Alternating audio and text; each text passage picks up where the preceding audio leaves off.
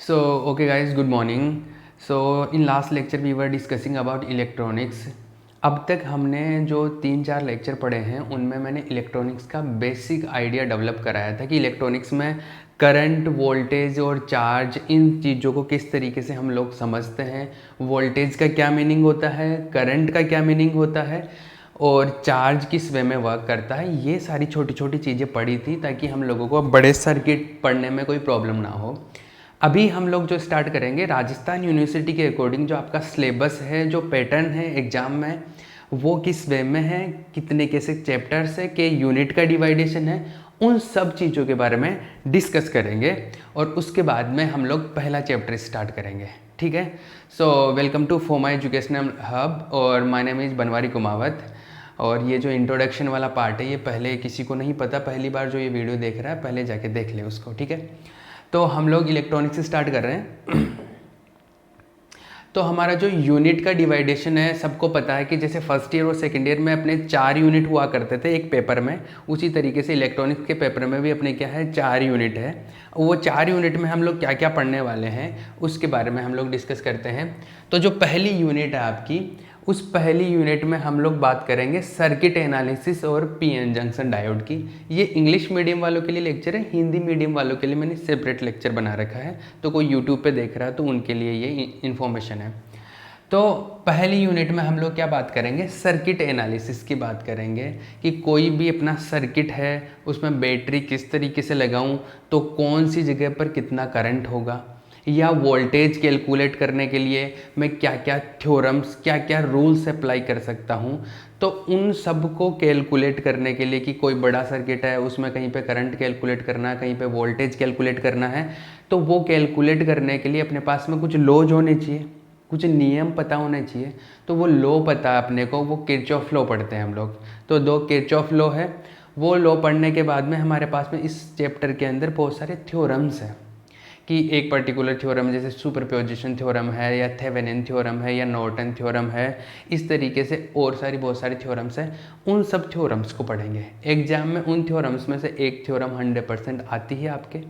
एक जो छोटा क्वेश्चन आता है वो आता है आपके इस चैप्टर के अंदर, जो डेफिनेशंस है, जैसे सर्किट क्या है, एक्टिव सर्किट क्या है, पैसिव सर्किट क्या है, अभी लिखवाऊंगा सब जो आगे डिटेल में पढ़ेंगे।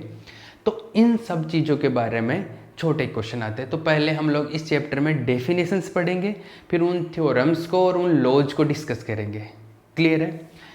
तो एक तो ये चीज़ है कि इसके अंदर क्या है, सर्किट एनालिसिस है, और फिर इसमें पीएन जंक्शन डायोड के बारे में भी बात करेंगे। सबसे पहले तो हम इसमें जैसे सर्किट एनालिसिस को डिस्कस करने के बाद में सेमीकंडक्टर के बारे में बात करेंगे कि सेमीकंडक्टर क्या है, सेमीकंडक्टर का रिक्वायरमेंट क्यों हुआ इलेक्ट्रॉनिक डिवाइस बनाने के लिए। फिर P type, N type semiconductor, अगर आपको बचपन का 11th-12th का थोड़ा बहुत याद हो तो, कोई याद नहीं है कोई प्रॉब्लम नहीं है, हम लोग यहाँ पर उसको रीडिस्कस करेंगे। तो पी टाइप का सेमीकंडक्टर, एन टाइप का सेमीकंडक्टर, उन दोनों को अगर टच कर देते हैं एटॉमिक लेवल पर, मतलब लेबोरेटरी में, ऐसे नहीं है कि पी टाइप का एन टाइप को टच कर दिया ये जंक्शन डायोड बन गया, ऐसे नहीं बनता है। पी टाइप का सेमीकंडक्टर, एन टाइप के सेमीकंडक्टर को लेबोरेटरी में हम लोग जब एटॉमिक लेवल पर टच करते हैं तो उनके बीच में एक लेयर क्रिएट होती है, एक जंक्शन बनता है, उस जंक्शन को हम पीएन जंक्शन बोलते हैं। जो डिवाइस बनती है उसको डायोड बोलते हैं। तो उसका जो डायोड में करंट कैसे जाएगा उसका जो थ्योरी है वो हम लोग यहाँ पर डिस्कस करेंगे। तो फर्स्ट जो यूनिट है 2 पार्ट से मिलकर बना हुआ है, एक तो सर्किट एनालिसिस, एक पीएन जंक्शन डायोड। क्लियर है। तो ये है। सेकेंड यूनिट के बारे में बात करते हैं। सेकेंड यूनिट, तो सेकेंड यूनिट जो है आपका वो है रेक्टिफायर, फिल्टर और ट्रांजिस्टर। ये 3 टॉपिक है सेकेंड यूनिट के अंदर, रेक्टिफायर, फिल्टर एंड ट्रांजिस्टर। अभी क्या होता है कि एसी को डीसी में कन्वर्ट करने के लिए हम जो डिवाइस काम में लेते हैं, मतलब ऑल्टरनेटिंग करंट को डायरेक्ट करंट में कन्वर्ट करने के लिए हम लोग एक डिवाइस काम में लेते हैं, एक युक्ति काम में लेते हैं। That device is known as rectifier. उस डिवाइस को हम लोग क्या बोलते हैं, रेक्टिफायर बोलते हैं। क्लियर है। अब ये रेक्टिफायर जो होता है अच्छे से कन्वर्ट नहीं कर पाता, मतलब पूरी तरीके से एसी को डीसी में कन्वर्ट नहीं कर पाता, तो हम लोग इसमें कैपेसिटर, इंडक्टर कॉइल और चीज़ें लगा के इसको थोड़ा बेहतर बनाते हैं। और जब और चीज़ें कनेक्ट कर देते हैं तो उस रेक्टिफायर वो जो बन जाता है उसको बोलते हैं हम लोग फिल्टर बोलते हैं। क्या बोलते हैं? फिल्टर बोलते हैं। तो ये फिल्टर हो गया, ठीक है। इसके अलावा एक और डिवाइस होती है जिसको बोलते हैं हम लोग ट्रांजिस्टर। तो ये एसी को डीसी में कन्वर्ट करने के लिए तो रेक्टिफायर और फिल्टर के बारे में बात करेंगे। यहाँ तक की बातें हो गई। फिर हम लोग एक तीसरी डिवाइस की बात करेंगे जिसमें 3 सेमीकंडक्टर लेते हैं, जिनमें 2 तो सेम टाइप के होते हैं, एक अलग टाइप का होता है, जैसे PNP या NPN। तो इस टाइप के 3 सेमीकंडक्टर लेके उनको एटॉमिक लेवल पर टच कराते हैं तो वो एक डिवाइस बनती है। उस डिवाइस को हम लोग बोलते हैं ट्रांजिस्टर। और ट्रांजिस्टर एक कमाल की डिवाइस होती है। ऐसे होता है कि जैसे पहले के टाइम पर, मतलब 1950 से पहले, 1950 से पहले जो हमारे कंप्यूटर्स थे, तो उनमें हम लोग एक डिवाइस जो कंप्यूटर को यूज करने के लिए हम लोग या उसको सेटअप करते थे, तो एक बिल्डिंग के बराबर जगह घेरता था एक कंप्यूटर, मतलब उतनी जगह कवर करता था, क्योंकि उसमें एक टेक्नोलॉजी काम में ली जाती थी, उसको वैक्यूम ट्यूब का टेक्नोलॉजी बोलते थे। उस टेक्नोलॉजी को हटा के हम लोग उस टेक्नोलॉजी की जगह ट्रांजिस्टर को यूज करने लगे। और ट्रांजिस्टर बहुत ही कॉम्पैक्ट, एक छोटी सी स्मॉल डिवाइस होती है। वो कैसा दिखता है, कैसा क्या होता है, जब चैप्टर पढ़ेंगे तब पूरा उसके डिस्कस करेंगे, लेकिन वो एक छोटी सी डिवाइस होती है। जब वैक्यूम ट्यूब को हटा के ट्रांजिस्टर यूज किया गया तो जो कंप्यूटर का साइज है वो बहुत छोटा साइज हो गया। और फिर उसी को आगे और छोटा करते करते करते आजकल हम लोग लैपटॉप के बाद में हम लोग टैबलेट्स, मोबाइल पे भी हम लोग विंडोज़ को यूज करने लगे। तो वो छोटे छोटे साइज में आके आज हमारे हाथ फिंगर्स पे काम कर रहा है, तो वो साइज छोटा हो गया और टेक्नोलॉजी काम में लेते लेते। तो जो स्टार्टिंग हुआ था वो कहाँ से हुआ था? ट्रांजिस्टर से। तो ट्रांजिस्टर की वजह से चीज़ें, जो टेक्नोलॉजी है वो बहुत छोटे साइज में आने लग गई थी। ये ट्रांजिस्टर को डिस्कस करेंगे। इसके बाद में हम लोग क्या पढ़ेंगे? थर्ड यूनिट के बारे में डिस्कस करेंगे। थर्ड यूनिट में हम लोग एम्पलीफायर और बाइसिंग के बारे में बात करेंगे। किसके बारे में? एम्पलीफायर और बाइसिंग। जैसे हमने यहाँ तक ट्रांजिस्टर के बारे में बात कर लेंगे सेकेंड यूनिट में। अब जो ट्रांजिस्टर है उसको अलग अलग तरीके से बैटरी से कैसे कैसे कनेक्ट कर सकते हैं, कहाँ कहाँ पर मैं उसका आउटपुट ले सकता हूँ, कहाँ पर मैं उसका इनपुट लूँ, मतलब उसमें सिग्नल कहाँ से प्रोवाइड करूँ, सिग्नल कहाँ से आउट लूँ।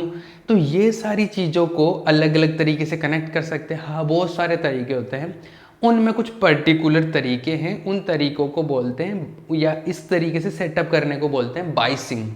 तो जो ट्रांजिस्टर का जो एप्लीकेशन पार्ट है, मतलब ट्रांजिस्टर को कैसे यूज करना है, कैसे वायर्स कनेक्ट करने हैं, वो आता है बाइसिंग में। तो ये ट्रांजिस्टर का बाइसिंग यहाँ पर हम लोग पढ़ेंगे नेक्स्ट यूनिट में। फिर ये कैसे कैसे रिएक्ट करता है, कैसा सिग्नल दूँ मैं, एसी सिग्नल दूँ, डीसी सिग्नल दूँ तो कैसे कैसे बिहेव करेगा, उन सारी चीज़ों के बारे में हम लोग बात करेंगे बाइसिंग के अंदर, ठीक है। उसके बाद में फिर हम लोग जब ट्रांजिस्टर का ही एप्लीकेशन वाला पोर्शन है, बहुत सारे ट्रांजिस्टर्स को हम लोग एक साथ कनेक्ट कर लेते हैं और हम लोगों का सिग्नल पर जब कंट्रोल बढ़ जाता है कि बहुत सारे ट्रांजिस्टर को एक साथ कनेक्ट करके एक डिवाइस बनाते हैं, उस डिवाइस की मदद से हम लोग क्या करते हैं, हम लोग सिग्नल को बहुत अलग अलग तरीके से कंट्रोल कर सकते हैं। उस डिवाइस को बोलते हैं हम लोग क्या? एम्पलीफायर।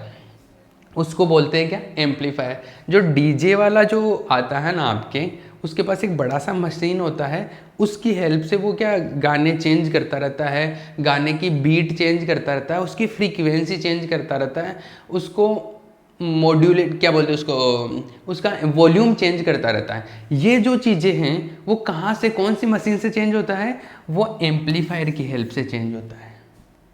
आई बात समझ में? एम्पलीफायर फ्रीक्वेंसी को कंट्रोल करता है, एम्पलीट्यूड को कंट्रोल करता है। फ्रीक्वेंसी या एम्पलीट्यूड को कंट्रोल करने का क्या मीनिंग है? देखो, जैसे मान लो कि एक गाना चल रहा है और उस गाने में अरिजीत सिंह भी गा रहा है और श्रेया घोषाल भी गा रहे हैं, और उसमें बहुत सारे इंस्ट्रूमेंट बज रहे हैं, जैसे लाइक तबला बज रहा है, उसके अंदर बांसुरी भी चल रहा है, गिटार भी है, सितार भी है, और भी ड्रम्स वगैरह बहुत सारे उसमें इंस्ट्रूमेंट चल रहे हैं। अब जो भी कोई भी सिंगर गा रहा है या कोई भी ड्रम बज रहा है या कोई भी इंस्ट्रूमेंट चल रहा है, सबका जो फ्रीक्वेंसी होता है वो अलग अलग होता है। फ्रीक्वेंसी से मतलब आप ऐसे समझ सकते हो कि जो आवाज़ है वो पतली या मोटी के सेंस में समझ सकते हो अभी। तो हर का जो फ्रीक्वेंसी है वो क्या होता है, डिफरेंट डिफरेंट होता है। अभी मान लो कि मुझे डीजे पे गाना बजा रहा हूँ, तो मुझे लिरिक्स से ज़्यादा मतलब नहीं है कि गाने में क्या चल रहा है, वो क्या गा रहा है। मुझे मतलब है कि मुझे ड्रम की आवाज़ बहुत तेज़ आनी चाहिए ताकि लोग अच्छे से डांस कर सकें। तो वो ड्रम की पर्टिकुलर आवाज़ है, उसकी जो फ्रीक्वेंसी है उसको, उसका जो एम्पलीट्यूड है उसको बढ़ा दूँ मैं, तो उस ड्रम वाली आवाज़ को मैं बढ़ा देता हूँ। बाकी वाली आवाज़ नीचे दब गई तो मुझे ड्रम वाली ज़्यादा सुनाई देगी। मतलब मैं क्या कर रहा हूँ, वो जो अपना सिग्नल था, मतलब वो जो गाना था, उस सिग्नल में मैं कंट्रोल कर रहा हूँ। तो वो कहाँ से करते हैं हम लोग, एम्पलीफायर की हेल्प से करते हैं। तो एम्पलीफायर और बाइसिंग ये हम लोग 3rd यूनिट में जाके पढ़ेंगे, ठीक है। फिर 4th यूनिट की बात करूँ मैं, 4th यूनिट में है आपका ऑसिलेटर और लॉजिक गेट्स। क्या है, ऑसिलेटर और लॉजिक गेट्स। ऑसिलेटर एक और डिवाइस होती है, उसके बारे में भी डिस्कस करेंगे। और उसके बाद में लास्ट हम लोग जो टॉपिक डिस्कस करेंगे वो है अपना डिजिटल इलेक्ट्रॉनिक्स। डिजिटल इलेक्ट्रॉनिक्स में क्या आता है, डिजिटल इलेक्ट्रॉनिक्स में जैसे हम लोग यहाँ आपके सिलेबस में जो है बाइनरी कोडिंग आपने पढ़ा होगा, 0 0 1 0, ये जो मैं बोल रहा हूँ 0 0 1 0, ये वाला जो बूलियन एलजेब्रा है जिसमें 0 + 0 करने पे 0 आता है, 1 + 0 करने पर 1 आता है, 1 + 1 करने पर भी क्या आता है, 1 + 1 मतलब 1, 2 नहीं होता है। ये जो आपने बाइनरी में पढ़ा होगा 11th 12th के अंदर थोड़ा बहुत, तो वो जो उसके बाद में उसका यूज करते हुए हम लोग गेट बनाते हैं, लॉजिक गेट्स। तो लॉजिक गेट का मीनिंग क्या है, लॉजिक गेट किस तरीके से वर्क करता है, क्या होता है, OR gate, AND gate, NAND gate, ये जो सारे हैं ना, इन गेट्स को डिस्कस करेंगे कि इनको डायोड की हेल्प से भी, जैसे 12th के अंदर तो आप सिंपल गेट का सिंबल पढ़ते थे, उसका एक ट्रूथ टेबल पढ़ते थे कि उसमें मैं 0 0 इनपुट दूँ तो आउटपुट क्या आएगा, या 0 1 इनपुट दूँ तो आउटपुट क्या आएगा। लेकिन यहाँ पर उसका थोड़ा एडवांस पार्ट डिस्कस करेंगे कि अगर मुझे कोई गेट बनाना है तो मुझे उसको डायोड की हेल्प से बनाऊँ तो उसको डीएल सर्किट बोल देते हैं, अगर उसको ट्रांजिस्टर की हेल्प से बनाऊँ तो उसको टीटीएल सर्किट बोलते हैं, अगर उसको डायोड और ट्रांजिस्टर की हेल्प से बनाऊँ तो उसको डीटीएल सर्किट बोलते हैं। तो इस तरीके के जो सर्किट है, इनमें से एक सर्किट एग्जाम में पूछा जाता है, तो वो सर्किट्स के बारे में डिस्कस करेंगे। होंगे तो ये लॉजिक गेट्स ही, लेकिन इन लॉजिक गेट्स को हम लोग अलग तरीके से स्टडी करेंगे। जो एडवांस पोर्शन है आपका यहाँ पर, जो 12th का जो एडवांस पोर्शन है वो हम लोग यहाँ पे डिस्कस करेंगे। तो इस तरीके से आपका ये 4 यूनिट कवर करता है, जिसमें सर्किट एनालिसिस हो गया पहला, और पीएन जंक्शन डायोड ये पहला यूनिट है, बाकी के ये इस तरीके से चारों यूनिट हो गया। क्लियर है।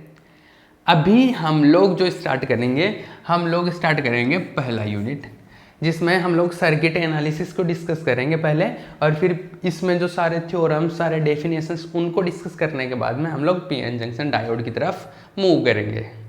क्लियर है। तो हम लोग क्या पढ़ेंगे, सर्किट एनालिसिस को डिस्कस करेंगे। क्लियर है। तो ठीक है, अब लोग हम सर्किट एनालिसिस को डिस्कस करते हैं। तो देखो भैया, सर्किट एनालिसिस में क्या है,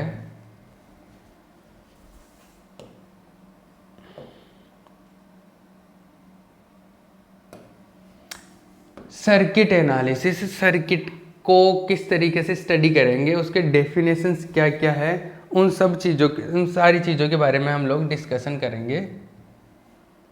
तो ठीक है भैया, ये क्या पढ़ने वाले हैं, यूनिट नंबर 1 स्टार्ट हो गया है अपना, यूनिट नंबर 1। और यूनिट नंबर 1 में भी 2 पार्ट हो गए जैसे अपने पास में। पहला पार्ट तो पीएन जंक्शन डायोड का, सॉरी सर्किट एनालिसिस का हो गया। दूसरा पार्ट कौन सा हो गया, पीएन जंक्शन का हो गया। तो पहला पार्ट तो अपने पास में हो गया सर्किट एनालिसिस का हो गया, जिसमें हम सर्किट की डेफिनेशंस पढ़ेंगे, उसकी टर्मिनोलॉजी सीखेंगे, उसमें क्या क्या होते हैं थ्योरम्स पढ़ेंगे। और दूसरा पार्ट है अपना पीएन जंक्शन का हो गया। ठीक है, ये 2 पार्ट है। पहले हम लोग डिस्कस करेंगे सर्किट एनालिसिस को। किसको, सर्किट एनालिसिस के बारे में बात करने वाले हैं हम लोग। तो चलो भैया, हम लोग सर्किट एनालिसिस के बारे में डिस्कस करते हैं। सर्किट एनालिसिस, ये डिस्कस करेंगे। अब इसमें मैं थोड़ी डेफिनेशंस लिखवाऊंगा आपको, छोटी छोटी डेफिनेशंस है, ताकि आप एक बार सर्किट से रिलेटेड छोटी छोटी टर्म्स के बारे में जान लो, उनकी टर्मिनोलॉजी को समझ लो। इससे पहले हम लोग करंट, वोल्टेज, इन छोटी छोटी चीज़ों के बारे में डिस्कस कर चुके हैं। तो जिसने ये लेक्चर डायरेक्ट देख रहा है तो पहले वो लेक्चर जाके देख ले, तो वोल्टेज का, करंट का वो सेंस समझ में आ जाए आपको, ठीक है। तो हम लोग सर्किट के बारे में डेफिनेशन से स्टार्ट करता हूँ मैं। तो मैं सबसे पहले डेफिनेशन बता रहा हूँ किसकी, सर्किट की, कि सर्किट क्या होता है। पहली चीज़ तो किसी भी डेफिनेशन को रटना नहीं है। डेफिनेशन तो हम लोग अपने हिसाब से बना लेते हैं, आपको मीनिंग समझ में आना चाहिए। डेफिनेशन आपको मीनिंग समझ में आ गया, डेफिनेशन खुद भी बना सकते हो। एक ही चीज़ की बहुत तरीके से मैं डेफिनेशन बना सकता हूँ, ठीक है। तो हम लोग सर्किट के बारे में बात कर रहे हैं। सर्किट को हिंदी में परिपथ बोलते हैं। हिंदी मीडियम वालों के लिए अलग लेक्चर बना रखा है सेम, तो वहाँ पर जाके देख ले आप। तो सर्किट क्या होता है भैया, सर्किट होता क्या है? पहले मैं इसकी डेफिनेशन बता देता हूँ, फिर इसका मैं चीज़ें बताऊँगा, तो आप उसके हिसाब से अलग डेफिनेशन भी बना सकते हैं, ठीक है। तो डेफिनेशन क्या है, देखो, एक combination of electronic elements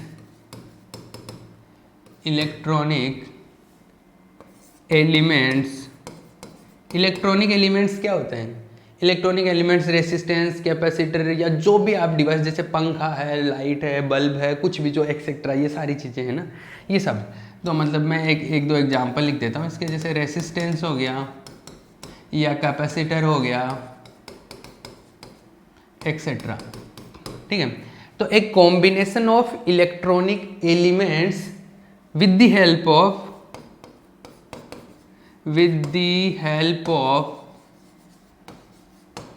electronic wires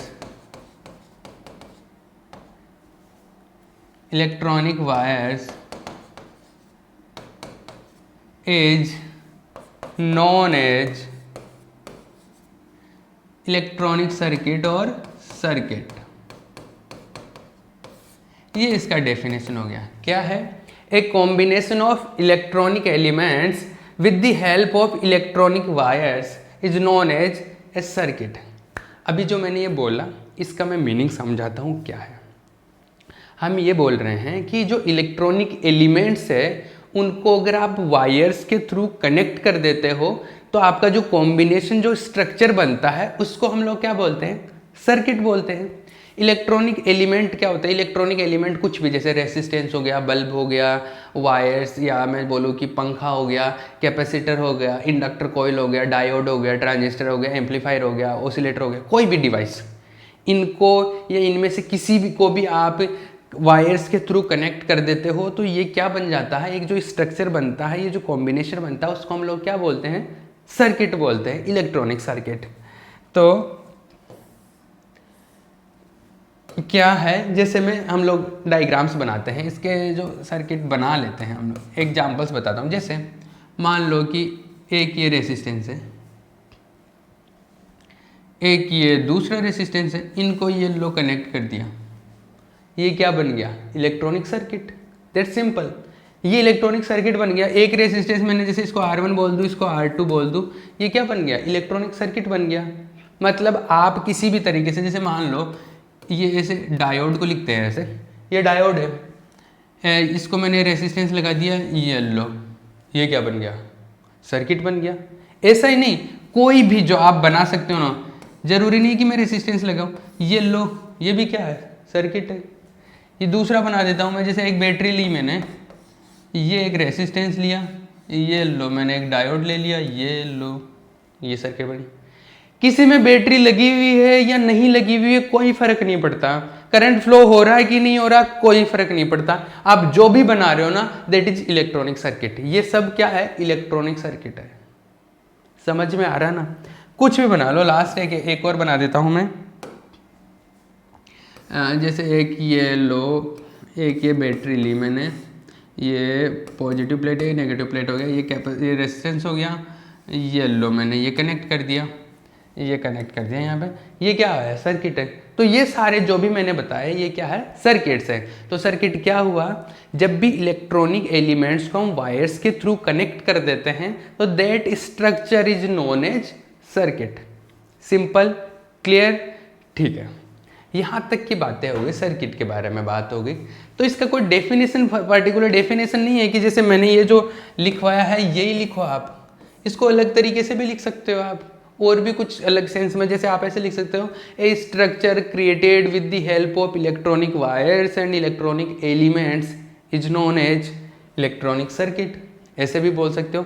तो आपको सेंस समझ में आना चाहिए, फिर उसका डेफिनेशन किस तरीके से बना सकते हैं वो आप कैसे भी बना सकते हो। एक पर्टिकुलर फॉर्म मैंने लिख दिया है, आप एग्जाम में ऐसा लिख सकते हो। क्लियर है? अरे ठीक है, आप जब मैं बोल रहा हूँ तो साथ साथ में आपको ये नोट्स भी बनाने हैं ताकि आप क्या कर सको, एग्जाम में परफॉर्म कर पाओ, या आपकी मेमोरी के लिए वो ठीक रहे। ठीक है, लास्ट में जाके मैं नोट्स आपको प्रोवाइड करा भी दूंगा, बट अब मैं चाहता हूँ कि आप लोग खुद नोट्स लिखें, लेकिन क्योंकि खुद का लिखा हुआ जो होता है ना वो परमानेंट मेमोरी में सेट हो जाता है और आपको ज़्यादा टाइम के लिए अंडरस्टैंडिंग डेवलप होती है। क्लियर है? तो कोई भी आपने जो बनाया है ये क्या है, ये एक सर्किट है। अब इस सर्किट के बारे में बात करते हैं। सर्किट का यहाँ पर दो टाइप की बात करूँगा सर्किट में। एक होता है एक्टिव सर्किट। एक्टिव सर्किट, मैं सर्किट को शॉर्ट में CKT से लिखता हूँ, ये एक्टिव सर्किट। एक होता है पैसिव सर्किट, एक होता है एक्टिव सर्किट। मैं दोनों के बारे में बात करता हूँ।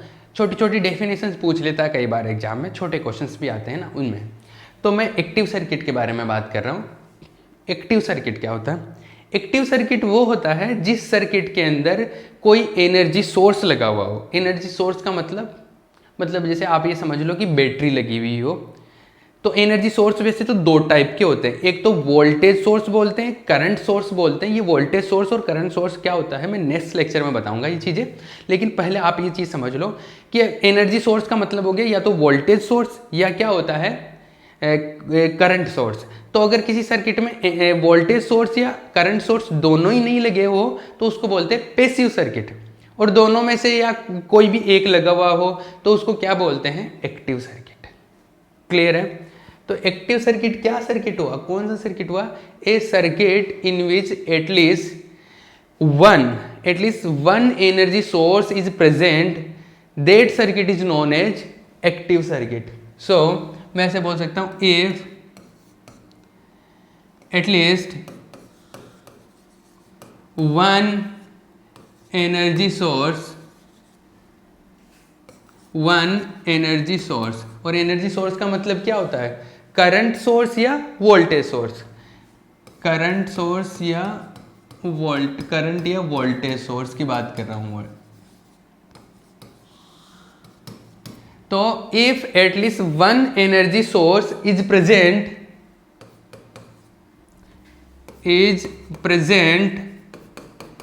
in the circuit, then that circuit is known as active circuit. Clear है? If at least one energy source is present in this circuit, then that circuit is known as active circuit. मतलब कम से कम एक energy का source तो present होना चाहिए।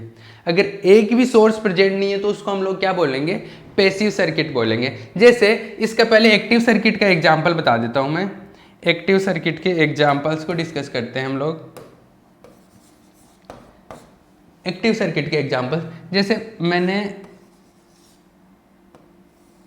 ये battery लगा दी, ये बैटरी इस तरीके से शो करते हैं तो उसको हम लोग बोलते हैं वोल्टेज सोर्स। तो ये वोल्टेज सोर्स है अपना, तो इसमें वोल्टेज सोर्स लगा हुआ ना, मतलब बैटरी लगा हुआ है, एनर्जी का सोर्स लगा हुआ है, तो ये वोल्टेज सोर्स है एक तरीके से। तो ये कैसा सर्किट हो गया, एक्टिव सर्किट हो गया।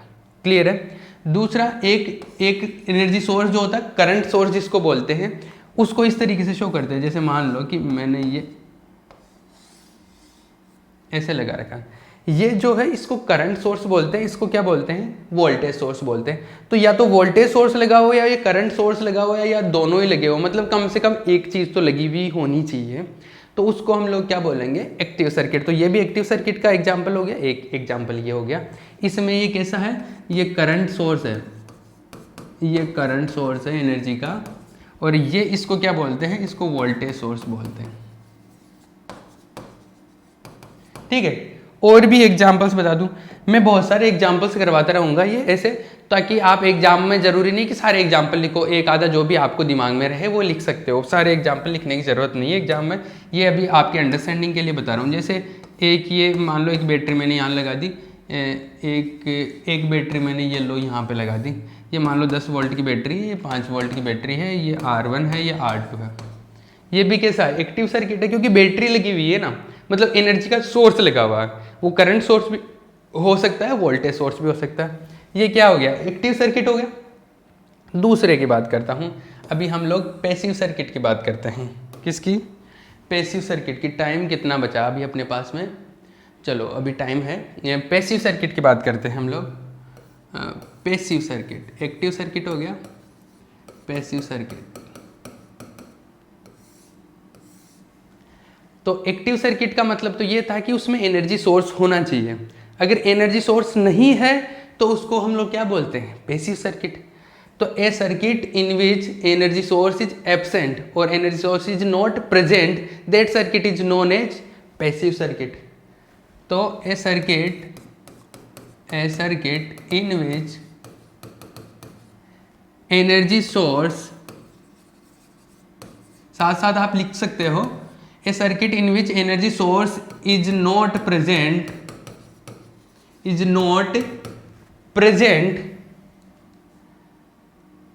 that circuit is known as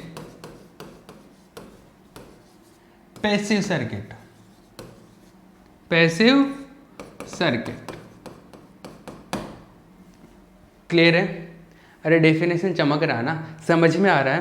वैसे सिंपल चीज़ है, इसमें कोई ज़्यादा ऐसे बड़ी बातें नहीं है। जिसमें बैटरी या करंट सोर्स होगा, जिसमें मतलब एनर्जी का सोर्स होगा, वो एक्टिव सर्किट, जिसमें नहीं होगा वो क्या, पैसिव सर्किट। अब पैसिव सर्किट के भी एग्जांपल्स हम लोग देख लेते हैं।